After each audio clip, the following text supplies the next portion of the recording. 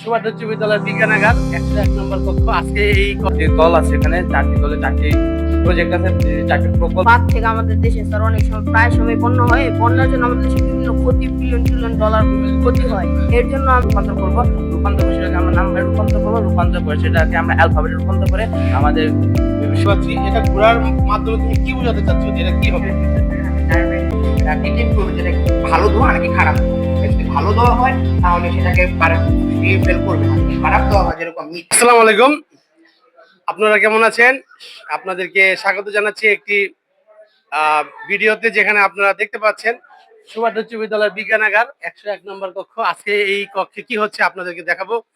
সুভাষ উচ্চ বিদ্যালয়ের নবম শ্রেণীর শিক্ষার্থীরা একটি প্রদর্শনীর আয়োজন করেছে। তাদের বিষয়ভিত্তিক যে পদার্থবিজ্ঞানের পরীক্ষণ গবেষণা, সেগুলো নিয়ে তারা একটি প্রজেক্ট করেছে। চারটি দলে ভাগ হয়ে তারা এটি করেছে। এই প্রজেক্টগুলো আপনাদেরকে দেখাবো, চলুন, লেটস গো। হ্যালো, তোমরা কেমন আছো? তোমাদের জন্য এসেছি আজকে আমরা আমাদের দর্শকদের দেখাবো তোমরা কি প্রদর্শনীর আয়োজন করেছো। এখানে কয়টি দল আছে? প্রথম দল কারা? প্রথম দল তোমরা।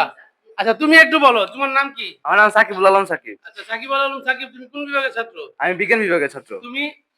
আমার নাম মোহাম্মদ শেখ আমির আহমেদ নীরব, আমি বিজ্ঞান বিভাগের ছাত্র। আচ্ছা, তোমরা এখানে এটা তো বিদ্যালয়ের বিজ্ঞানাগার, এখানে তোমরা কিসের আয়োজন করেছো? এখানে আমরা একটা বিজ্ঞান মেলার আয়োজন করেছি, যেখানে পদার্থ বিজ্ঞানের কিছু নতুন একটা প্রযুক্তি তৈরি করেছি। আমরা চারটি দল আছে এখানে, চারটি দলে চারটি প্রজেক্ট আছে, চারটি প্রকল্প, যেটি বিভিন্ন ধরনের ভিন্ন। তোমার দল কোনটা?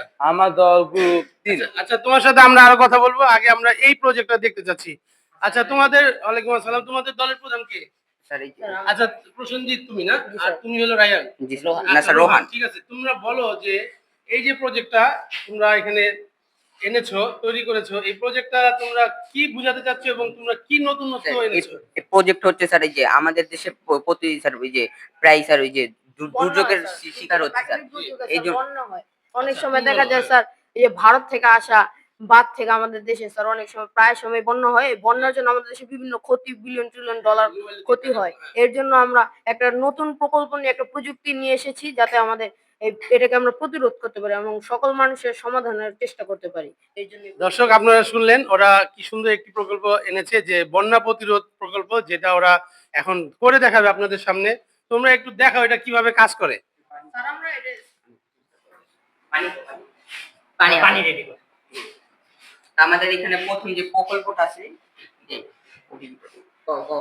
এটা হচ্ছে স্যার, যে আমাদের যে রাস্তা আছে ত্রাণ আসা নেওয়ার জন্য যে ব্রিজ গুলা থাকবে না স্যার, এটা যখন পানি, এটা ব্রিজ, জি স্যার, পানির ব্রিজটা একটু দেখাও। হ্যাঁ, এই ব্রিজটা দেখতে পাচ্ছি। বিপদ সীমার যখন উপরে উঠে যাবে, তখন আমাদের এই সেন্সরটা ডিটেক্ট করে এই ব্রিজের মানে ব্রিজ একটা নির্দিষ্ট হাইট উচ্চতা নিয়ে ব্রিজটা না ভাঙতে পারে। নিজে নিজে উঠে গেল। জি স্যার, পানিটা বাহ, দর্শক, আপনারা দেখতে পারলেন যে একটি সেতু কিভাবে এই পানির মধ্যে বিদ্যুতায়িত করার মাধ্যমে উপরে উঠে গেল। এটা আরেকবার একটু রিপিট করবে, আরেকবার দেখাও সবাই, আরেকবার। হ্যাঁ হ্যাঁ হ্যাঁ, এটা এদিকে এদিকে, হ্যাঁ হ্যাঁ, যখন বিপদ সীমার উপরে উঠে হ্যাঁ, গেল, এই যে দেখেন দেখেন বন্ধুরা, কি সুন্দরভাবে ব্রিজটি উপরে উঠে গেল।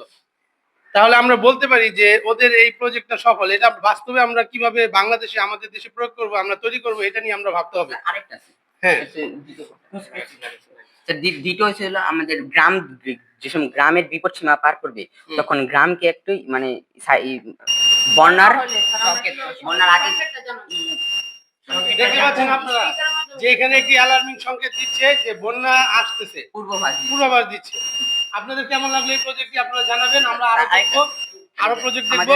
হ্যাঁ, বলো। যখন ফ্লোটিং হাউস স্যার, মানে আমরা মানে ব্যবস্থাপনা নিতে পারি। ঘর কি উপরে উঠছে না? নিচে ছিল, উপরে উঠছে। হ্যাঁ, এটার ভিতরে মানে এটা ভাসমান পানির মধ্যে ভেসে থাকবে। এটার ভিতরে 7-8 দিনের ত্রাণ দেওয়া থাকবে। আমার কাছে ব্যক্তিগতভাবে এই প্রজেক্টটি খুবই ভালো লেগেছে। এখানে অনেক রকম নতুন কনসেপ্ট এবং ধারণা আছে। আপনাদের কাছে কেমন লাগলো আপনারা জানাবেন। চলুন আমরা চলে যাই আরেকটি প্রজেক্টে। আপনাদেরকে আবারও বলে রাখি, এই প্রজেক্টগুলো এনেছে সুভাটা উচ্চ বিদ্যালয়ের নবম শ্রেণীর শিক্ষার্থীরা, বিজ্ঞান বিভাগের শিক্ষার্থীরা। আপনারা তাদের জন্য দোয়া করবেন। তারা আসলে কতটুকু শিখছে তা আজকে বাস্তব প্রয়োগ আপনারা দেখতে পাচ্ছেন। চলুন আপনাদেরকে নিয়ে যাই আসবো। হ্যাঁ, ঠিক আছে। এই প্রজেক্টটির নাম হলো যে এই যে কোড ডিকোডার একটা মেশিন, হ্যাঁ, এই প্রজেক্টটা কাজ হলো যেখানে আমরা যখন আইসিটি তে আমরা বাইনারি সম্পর্কে ধারণা পেয়েছি না, যেমন অনেকে আছে যারা বাইনারিতে, যেমন আমরা অনেকে জানি যে বাইনারি থেকে সংখ্যা রূপান্তর করা সহজ, হ্যাঁ, কিন্তু যেটা আমাদের এটা কাজ করার উদ্দেশ্য হলো যখন আমরা সেনাবাহিনী কোনো গোয়েন্দা বিভাগ যখন উদ্দেশ্য করে কোনো মিশন পরিচালনা করে, তাদের কাছে লিখিতভাবে চিঠি প্রদান করা, যেখানে আরজির মাধ্যমে একটা কোডিং সিস্টেম থাকবে, যেখানে আর হলো 1 যেটা হলো বাইনারি, আর জি হলো 0, যেখানে কোডিং এর মাধ্যমে আর জি দুটি লেখা থাকবে, যেখানে আর জি দুটি লেখা থাকবে। এখানে কোডিং এর অনেক কিছু আছে, যেমন আর হলো 1 আর জি হলো 0, যদি আর জি দুটো একসাথে চলে তবে এটা হবে সি স্পেস। সি স্পেস মানে কোড স্পেস। আর যদি আর জি দুটো দুবার চালানো হয়, হ্যাঁ, তবে এটা অ্যালফাবেট স্পেস হবে, যেখানে আমরা আর জিটাকে বাইনারিতে রূপান্তর করে সেটাকে আমরা নাম্বারে রূপান্তর করে সেটাকে আমরা অ্যালফাবেটে রূপান্তর করে আমাদের সেনাবাহিনী বা গোয়েন্দা সংস্থাকে চিঠি পাঠাবো, যেন কোনো দুষ্ট মানুষ যদি বুঝতে না পারে যেখানে আমাদের কোনো মিশন পরিচালনা হচ্ছে। ক্লিয়ার, একেবারে ক্লিয়ার। দর্শক, আপনারা যেটা শুনলেন ওর মুখ থেকে, আমি আপনাদেরকে একটু সহজে বুঝাই বলি। যেখানে ওরা একটা সিস্টেম এনেছে, যেখানে আমাদের যে সিকিউরিটি ফোর্স আছে সেনাবাহিনী, তারা যখন এক এক দল থেকে আরেক দলের বার্তা প্রেরণ করবে, সেটা যাতে অন্য কারো হাতে না পড়ে এবং পড়লেও যাতে তারা বুঝতে না পারে, সেই জন্য তারা কিছু সংকেত ব্যবহার করবে। এখানে তারা বলেছে যে বাইনারি ডিজিটের কথা বলেছে। আমরা জানি বাইনারি ডিজিট হলো মেশিন বা যন্ত্রের ভাষা। এখানে 0 এবং 1 বাইনারি ডিজিট কাজ করে। তো 0 1 1 এর সাহায্যে তারা আরো কিছু কোড তৈরি করেছে, যে কোডের সাহায্যে তারা একটা চিঠিকে, একটা ল্যাঙ্গুয়েজকে তারা কোডের মাধ্যমে প্রেরণ করবে, যাতে অন্য কারো হাতে পড়লেও তারা বুঝতে না পারে ওই ওই সেনাবাহিনীর সদস্যরা তারা কি বার্তা দিতে চাচ্ছে, এটা যাতে তারা শত্রুপক্ষ জেনে না যায়। দর্শক, আমার কাছে ব্যক্তিগতভাবে এই প্রজেক্টটাও খুব ভালো লেগেছে, কারণ এই ধরনের পদ্ধতি আমাদের সেনাবাহিনীর হাতে অবশ্যই থাকা উচিত। আমাদের ছাত্ররা এটা চিন্তা করে বের করেছে। আপনারা বলবেন যে কোন প্রকল্পটা আপনাদের কাছে বেশি ভালো লাগলো। চলুন আমরা চলে যাই 3 নাম্বার প্রদর্শনীতে। আমরা 3 নম্বরে এসে গেলাম। 3 নম্বর প্রদর্শনীর তোমার নাম কি? মোহাম্মদ জিসান। জিসান এখন বলবে যে, জিসান তোমরা কি প্রজেক্ট দেখাতে চাচ্ছ? স্যার, আমাদের প্রজেক্টের নাম হচ্ছে হাইড্রোলিক বিদ্যুৎ কেন্দ্র, যার মাধ্যমে এখানে বিদ্যুৎ তৈরি হবে। এটা আমাদের মূলত বানানো হয়েছে যে ঝর্ণার পাশে যাদের বাড়ি তাদের জন্য, যে এখানে বিদ্যুৎ তৈরি হবে। আচ্ছা, ওরা বলতে চাচ্ছে যে যাদের বাসা মানে পাহাড়ি এলাকায় ঝর্ণার পাশে, তারা কিভাবে সরকারি বিদ্যুৎ না পেয়েও নিজেরাই বিদ্যুৎ তৈরি করতে পারে ঝর্ণা ব্যবহার করে, সেই প্রকল্পটা ওরা দেখাচ্ছে এখানে।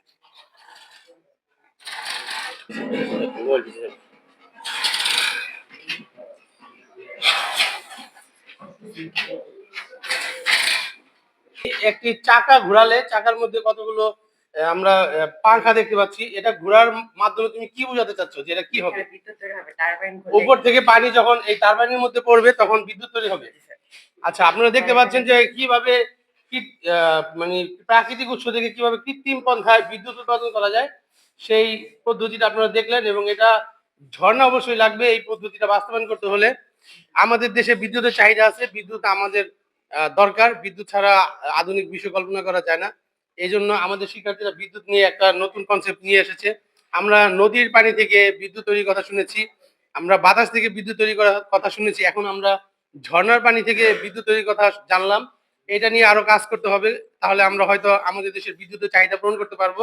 তোমাদেরকে ধন্যবাদ। তোমাদের প্রজেক্টটাও আমাদের কাছে কেমন লাগলো সেটা আপনারা জানাবেন। এখন আমরা চলে যাব 4 নাম্বার প্রজেক্টে। 4 নম্বর আচ্ছা, দর্শক আপনাদের একটু ধৈর্য ধরে দেখার জন্য অনুরোধ করছি। আমরা 4 নম্বর প্রজেক্টে এখন আপনাদের সামনে দেখাবো। এখানে 4 নম্বর প্রজেক্টের তোমরা দলের নাম কি? স্যার, আমাদের দলের নাম 4 স্যার। আচ্ছা, তোমার নাম কি? আমার নাম শেখ মোহাম্মদ ফাহিম। ফাইন। তোমার দলের সদস্য কারা? তোমার নাম কি? আমার নাম মোহাম্মদ তাসফিক। তোমার নাম? মোহাম্মদ শিহাবুদ্দিন। ধন্যবাদ তোমাদেরকে। তোমরা তোমাদের প্রকল্পটা একটু বুঝিয়ে বলো, তোমরা কি করতে চেয়েছো? স্যার, আমাদের পৃথিবীতে দিন দিন কার্বনের পরিমাণ বেড়ে যাচ্ছে, এতে আমাদের পরিবেশটা খুবই নষ্ট হয়ে যাচ্ছে এবং পৃথিবীতে অনেক ধরনের ডিটেক্ট করবে যেটা ভালো ধোঁয়া নাকি খারাপ ধোঁয়া। যদি ভালো ধোঁয়া হয় তাহলে সেটাকে আর ফেল করবে না, যদি খারাপ ধোঁয়া হয় যেরকম methane, carbon dioxide, carbon monoxide, এটাকে রিফিল করে এখানে সেটাকে ভালো ধোঁয়া তৈরি করে কি করবে। যেরকম একটা উদাহরণ দেখাই, দেখেন এখান থেকে বাতাসটা টানার পরে, এখানে নিচে একটা ফ্যান লাগানো আছে, বাতাসটা টানার পরে এটা উপর থেকে যায়, এখানে একটা সেন্সর আছে, সেন্সর দিয়ে ডিটেক্ট করার পরে ভিতরে আয়নীকরণ করে ইলেকট্রন দেয়, ইলেকট্রন সেটাকে নিষ্ক্রিয় করে দেয়। নিষ্ক্রিয় করার পরে ভিতরে এটা কুলার উপরে জমা হওয়ার পরে সেখানে এক ধরনের কালো তৈরি হয়, সেটা থেকে আমরা চুলের কালি আর রং, বিভিন্ন ধরনের রং তৈরি করতে পারবো। তারপরে সেটা এখান থেকে বের হয়ে অক্সিজেনের সাথে মিশে যায়, মানে খুবই অল্প পরিমাণে বের হয়, যেটা পরিবেশের জন্য খুবই ক্ষতিকর, মানে সহায়ক হবে, লাভজনক। লাভজনক হবে স্যার। এটাই। আচ্ছা, আপনারা দেখতে পারলেন দর্শক, এখানে 4 নম্বর প্রযুক্তি যেটা ফাহিম বর্ণনা করলো যে তারা কার্বন থেকে কিভাবে কার্বন নিঃসরণ করে ধোঁয়া থেকে তারা প্রাকৃতিক উপায়ে তারা বিভিন্ন ধরনের প্রয়োজনীয় ব্যবহারযোগ্য উপাদান তৈরি করবে। এটার মূল আউটকাম কি? এটা থেকে প্রধান 1 নম্বরে তুমি কি পেতে যাচ্ছ? প্রধান একটা আমরা এটা পেতে চাচ্ছি যে কি আমাদের পৃথিবীতে এনভায়রনমেন্টে অনেক ধরনের খারাপ পড়ে যাচ্ছে। এটা হ্যাঁ। আমাদের পৃথিবীতে অনেক খারাপ প্রভাব প্রভাব পড়তেছে। ফেলছে, হ্যাঁ। বিভিন্ন ধরনের গ্লোবাল দুর্যোগ ওয়ার্মিং তৈরি বা হচ্ছে। গ্লোবালাইজেশন, হ্যাঁ। হ্যাঁ, সেটাকে আমরা দূর করার জন্য এই ফ্যাক্টরি তৈরি করছে। কারণ মূলত এইসব গ্লোবাল ওয়ার্মিং ফ্যাক্টরি থেকেই বেশি উৎপন্ন হয়। হ্যাঁ। সেজন্য আমরা এরকম একটা প্রজেক্ট তৈরি করছি যাতে আমাদের গ্লোবাল কালো ওয়ার্মিং ধোঁয়াটা যাতে বাইরে বের হয় বাইরে না, না পরিবেশে না মিশে। আর যেটা আচ্ছা। মিশলেও সেটা এর ভিতরে এসে জমা হবে, জমা হবে। সেটাতে আমরা বিভিন্ন ধরনের দর্শক, আমি বুঝতে পেরেছি বিষয়টা। প্রজেক্টটা আমি আপনাদেরকে সংক্ষেপে বুঝিয়ে বলছি। এখানে ওরা একটা ফ্যাক্টরি তৈরি করেছে। আমরা জানি আমাদের কারখানা ফ্যাক্টরি গুলো যে কার্বন নিঃসরণ করে, পরিবেশের ক্ষতিকর ধোঁয়া উৎপাদন করে। এইগুলো যা আমরা পরিবেশের বাতাসে বায়ুমণ্ডলে ছেড়ে দেই এবং বায়ুমণ্ডল দূষিত হয়ে যায়।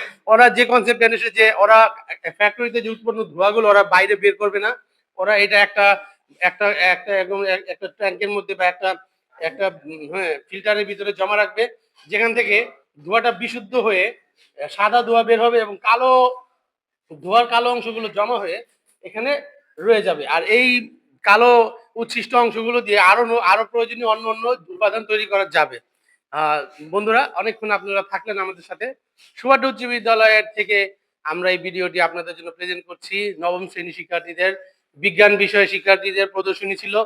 তারা 4টি ভাগে ভাগ হয়ে 4টি প্রজেক্ট নিয়ে এসেছে। প্রজেক্টগুলো আপনাদের সামনে দেখালাম।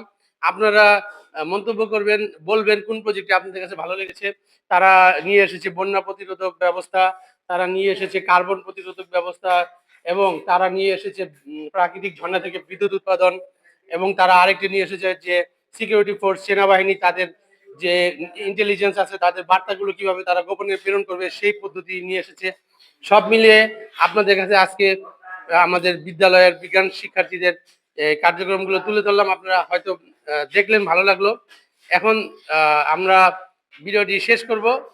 আমরা পরবর্তী যখন এটা আমরা উদ্বোধনে যাব, অফিসিয়ালি উদ্বোধন হবে, তখন আপনাদেরকে দেখাবো। ধন্যবাদ। এটা কোনো